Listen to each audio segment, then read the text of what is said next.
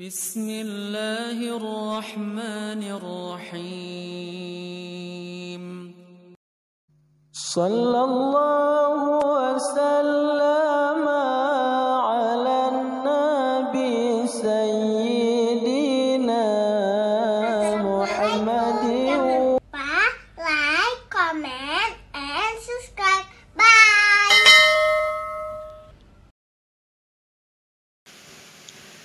Bismillahirrahmanirrahim.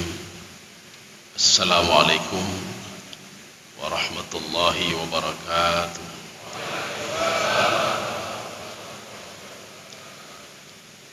Alhamdulillahi rabbil alamin.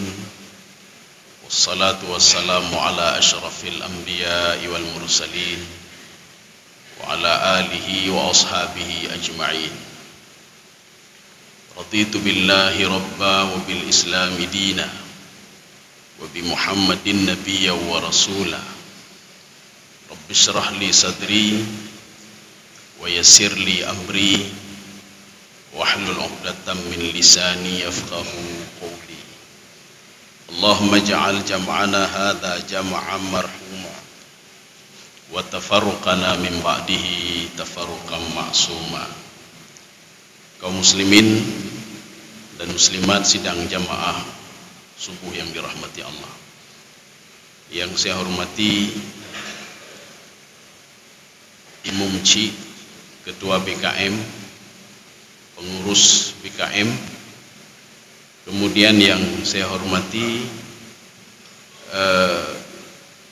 Ketua Majelis Zikir Arafah Ustaz Zul, kemudian seluruh jamaah Arafah, kaum muslimin dan muslimat sekalian yang dirahmati Allah Subhanahu wa taala.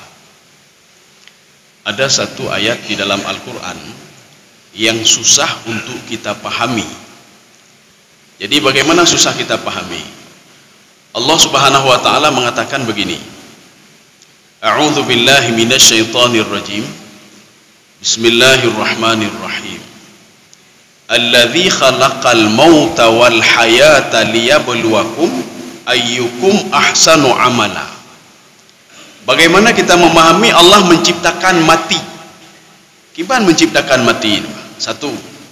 Yang kedua, Allah menguji mati. Bagaimana menguji mati? Orang yang sudah mati itu kan tidak diuji lagi. Kemudian selanjutnya, alladzi khalaqal mauta wal hayata. Allah menciptakan hidup dan menguji hidup. Bagaimana pemahaman kedua ayat ini? Dan bagaimana pemahaman ujian itu bagi Allah Subhanahu wa taala? Ujian itu apa sebenarnya? Kaum muslimin sidang jemaah yang dirahmati Allah. Ayat ini kita bisa melihat dari dua sudut pandang yang berbeda.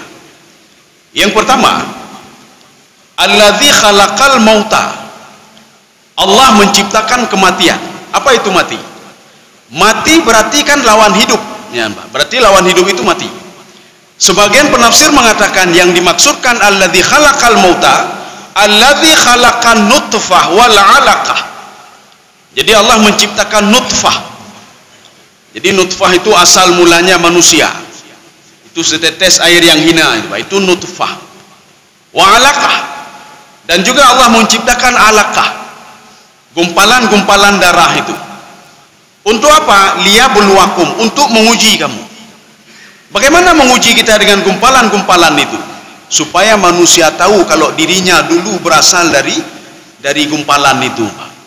Supaya dia tahu kalau dia berasal dari nutfah. Ya. Maka ujian itu kan ada dua model. Kalau kita merujuk ke dalam tafsir As-Sa'di, apa kata beliau? Al-ibtila'u imma ayyakuna fi khairin wa imma ayyakuna fi syarrin. Jadi ujian itu bisa dengan hal yang bagus-bagus, bisa dengan hal yang jelek-jelek. Kita biasanya menyikapi ujian itu terhadap hal yang jelek-jelek saja. Ketika anak sakit, kagujolun ya Allah, anak sakit. Ketika rezeki sempit, kita mengatakan sudah diuji oleh Allah. Rezeki saya sempit hari ini. Ketika kita dipecat, kita mengatakan saya sedang diuji oleh Allah Subhanahu wa taala. Saya dipecat. Ketika perusahaan kita bangkrut, kita mengatakan saya sedang diuji oleh Allah Subhanahu wa taala. Perusahaan saya bangkrut. Ketika Allah memberikan nikmat kepada kita, itu juga ujian. Gejuk sehat oleh Allahnya ujian, Pak. Gejuk anak salehnya ujian, Pak. Gejuk harta le, gejuk jabatan, itu ujian, Pak. Sebagian orang kan mengatakan bukan seperti itu. Ketika diberikan harta yang banyak, apa kata dia? Akraman, Allah sedang memuliakan saya. Kepemuliaan oleh Allah. Allah kagak sayang gitu. Tapi ketika diberikan kesempitan oleh Allah Subhanahu wa taala, dia mengatakan Rabbi ahanan. Allah hana sayang le gitu. Allah hana cinta le gitu. Kenapa? Saya sakit-sakit saja. Saya susah untuk beribadah. Saya stroke, nggak pernah sembuh-sembuh stroke-nya. Jadi kita melihat itu dari segi yang negatif saja. Padahal hal-hal yang positif yang menimpa manusia juga ujian. Kaum muslimin sidang jamaah yang dirahmati Allah Subhanahu wa taala. Ini pemahaman yang pertama. Pemahaman yang pertama yang dimaksudkan dengan alladzi khalaqal mauta, Allah menciptakan nutfah. Allah menciptakan alaqah supaya manusia tahu diri, bertingat demai. Ketika dia hidup di dunia bertingat, makanya kita disuruh berzikir. Zikir itu untuk apa? Imam Ghazali mengatakan, kita berzikir untuk mengingatkan hati, kalau hati ini dulu pernah beringat kepada Allah Subhanahu wa taala. Jadi baik lalele Pak. Maka kalau kita selalu sibuk dengan dunia, hati ini yang dulu dia teringat kepada Allah, dia juga sudah mulai sibuk dengan dunia ini juga, Pak. Maka ketika kita berzikir, yang kita udah pegang hati, Pak, hai beringat. Drone itu dari nutfah, ya, Mbak. Wa innahu ala raj'ihi laqadir. Dan nanti ketika dibangkitkan di padang mahsyar juga sanggup Allah lakukan, kata Allah Subhanahu wa taala.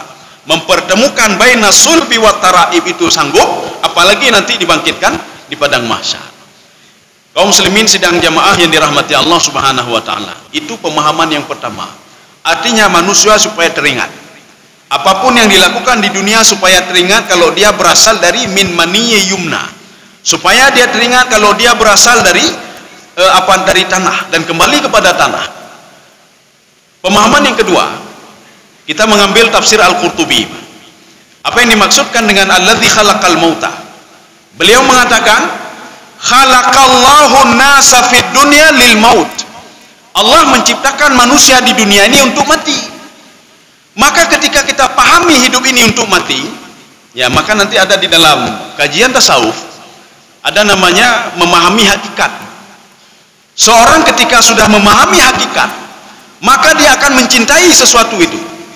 Seorang akan mencintai olahraga kalau dia tahu hakikat olahraga itu. Maka olahraga itu akan nikmat bagi dia.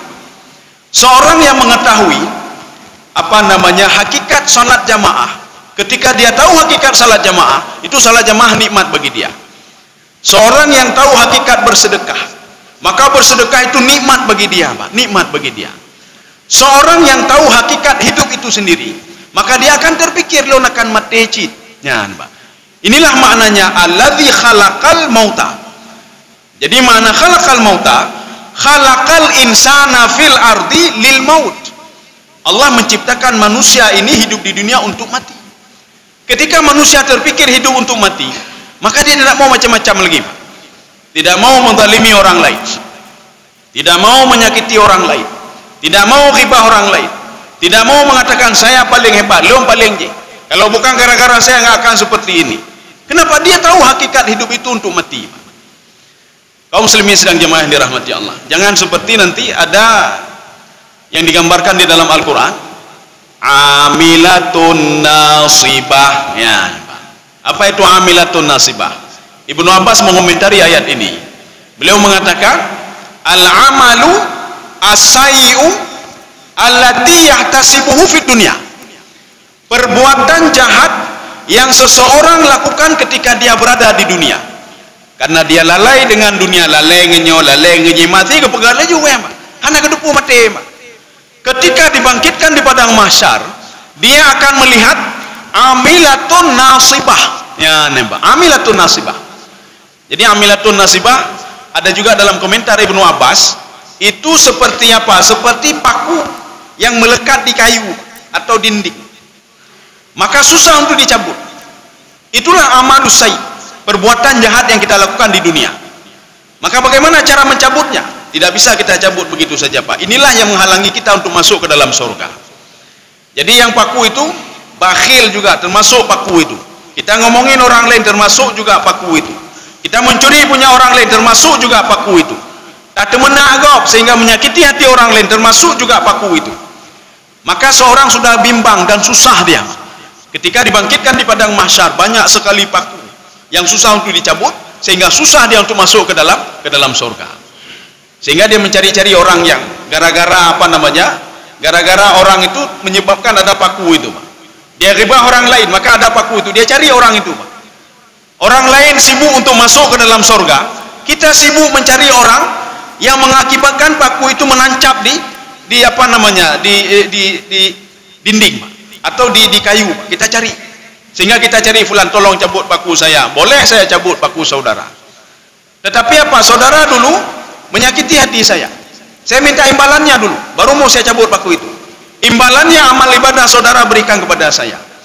Inilah yang dikatakan Rasulullah sallallahu alaihi wasallam, orang muflis, Pak.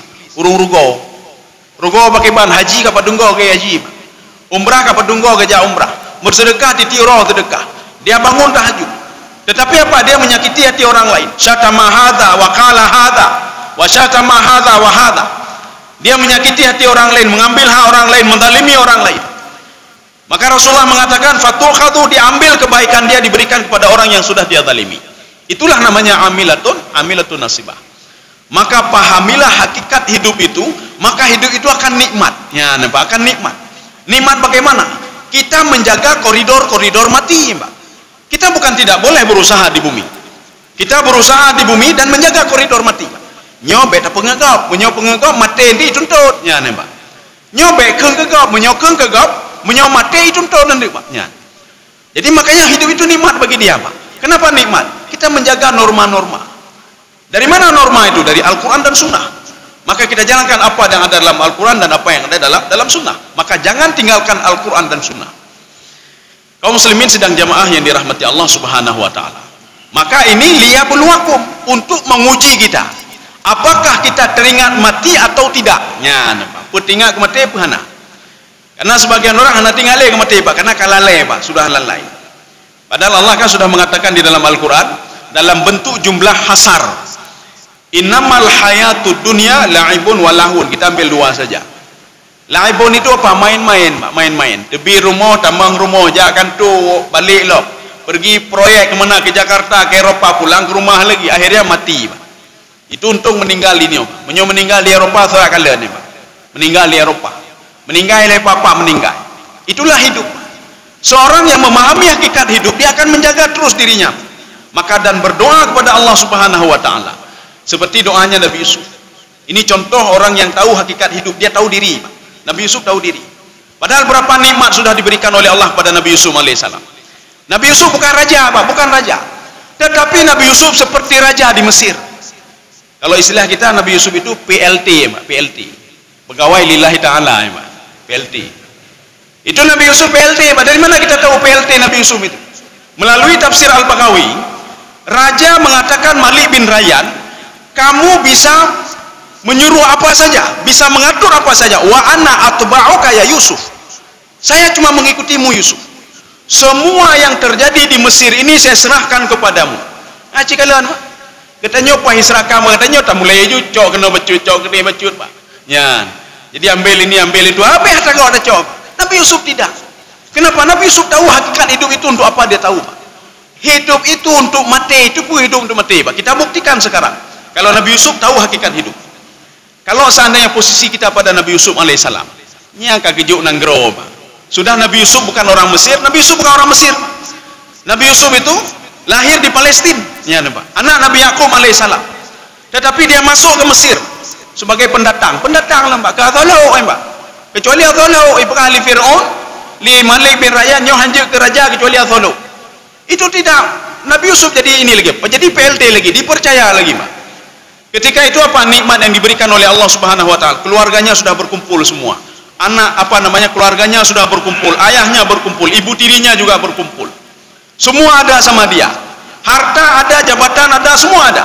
Kita perhatikan doa Nabi Yusuf alaihissalam. Ini nggak usah doa Nabi Yusuf, doa kita dulu, Pak. Ya Allah nyoka gejuk nanggro baklun keluarga kana menyojit nejuk tabuh nanggro tu. Juk tabuh nanggro tu. Tabuh nanggro nak beres juk tabuh nanggro tu.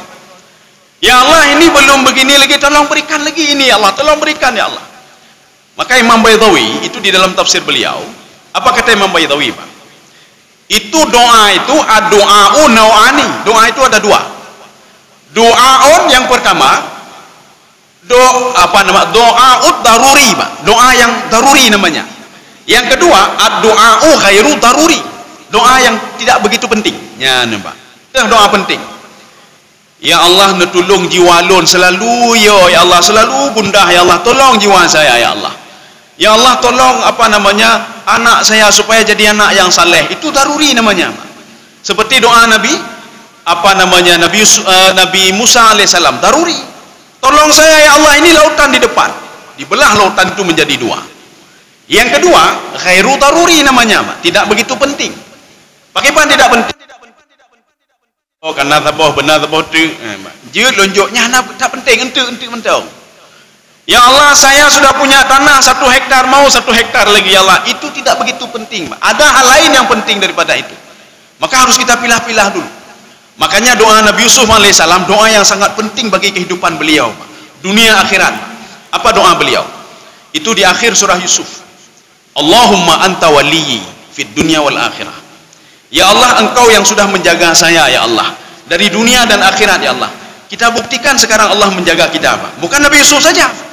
Kan Nabi Yusuf mentang ngejaga ya Allah. Gedanya ngejaga acil ya Allah. Cuma manusia tidak tahu diri kalau dia sedang dijaga oleh Allah Subhanahu wa taala. Inilah tafsiran dari Alhamdulillahi Rabbil Alamin. Itu makna Rabbun di dalam tafsir Baydawi, yurabbi syai'an fa syai'an hatta kamula. Ya nih, Pak. Jadi itu menjaga dari sedikit demi sedikit sehingga dia menjadi manusia sempurna. Yang dimaksudkan manusia sempurna sehingga dia masuk ke dalam surga. Ya ini, Pak. Itu manusia sempurna. Kemudian Imam Baydawi mengatakan, wala yatruk. Allah itu tidak akan pernah meninggalkan yang sudah dimilikinya begitu saja. Allah memiliki manusia, maka dijaga manusia, diberikan nikmat kepada manusia. Ya ini, Pak. Maka orang yang tidak paham, dia akan mengatakan Allah nak jaga lelun. Padahal Allah tetap menjaga gedanya, Pak. Dari alam roh. Menyuhana jaga dari roh alam roh kade gedanya, Pak. Dari alam kandungan kade gedanya, Pak. Apalagi di dunia, apalagi di alam barzah. Maka Nabi Yusuf berdoa, Allahumma anta waliyyi fid dunya wal akhirah. Ya Allah, dron wali lun, yang jaga lun di dunia dron ya Allah. Sehingga saya seperti ini ya Allah. Dan di akhirat juga engkau yang menjaga saya ya Allah. Tawaffani musliman wa alhiqni bis salihin. Matikan saya dalam keadaan muslim ya Allah. Kemudian setelah itu kumpulkan saya bersama orang-orang saleh. Ini membuktikan kita nanti kumpul juga di alam barzah seperti ini. Jadi bukan di padang mahsyar dan di sorga saja. Di alam barzah kita juga kumpul seperti ini. Nanti ada yang bertanya, penala mabihnya tak juduk je kupi, tak main engolof, tak jak kena. Lebih daripadanya, nampak? Lebih daripada itu. Maka seorang yang tahu hakikat mati itu, dia akan cepat-cepat ingin mati, Pak. Karena kita tidak tahu hakikat mati, kita takut sekali kepada mati. Apalagi ketika sakit. Nyawa teh sakit, nah saja gambaran, Pak. Katru malaikat menyebut nyawa orang tang, Pak. Nyan, Pak. Nyawa ka sakit, Pak. Wateh nak sakit, nak dengar ke malaikat, Pak. Wateh nak sakit, apa yang tagap dah jawab, Pak. Apa yang tazalimi tagap? Apa yang pukuran di mangan tagap? Kenapa? Karena kita tidak tahu hakikat hidup itu untuk apa. Nyan, Pak. Ini pemahaman yang kedua dari alladzi khalaqal mauta, menciptakan mati. Maknanya apa? Menciptakan hidup ini untuk matinya, Pak. Maka ketika seorang berpikir hidup ini untuk mati, maka macam-macam ngurus lain. Nabi Yusuf memahami hakikat hidup Nabi Yusuf di Mesir itu, dan setelah itu beliau pindah ke apa namanya? Palestina, itu untuk mati, Pak. Maka kalau untuk mati, persiapkanlah sesuatu hal untuk matinya, Pak. Persiapkan untuk mati. Boleh kita bekerja. Apakah pekerjaan kita ada hubungan dengan mati atau tidak? Kalau tidak ada, bagaimana caranya? Kita apa namanya? Kita balik pola pikir, Pak, mengakhiratkan dunia supaya dapat dua-dua. Bagaimana mengakhiratkan dunia? Kita jualan. Bagaimana cara supaya jualan itu dapat pahala juga? Tani kita dalam mati, Pak. Ini saya tidak mau membohongi orang lain. Kenapa? Kalau saya bohongi orang lain, ya sama saja kupu dapat jual lebah, habis dapat jual lebah mati ini, Pak. Kupu tidak membawa apa-apa. Ya. Jadi artinya apa? Segala sesuatu hal yang kita lakukan di dunia ini, tetapi semua karena Allah, itu sudah dianggap beribadah. Inilah namanya mengakhiratkan dunia. Jadi terima kasih.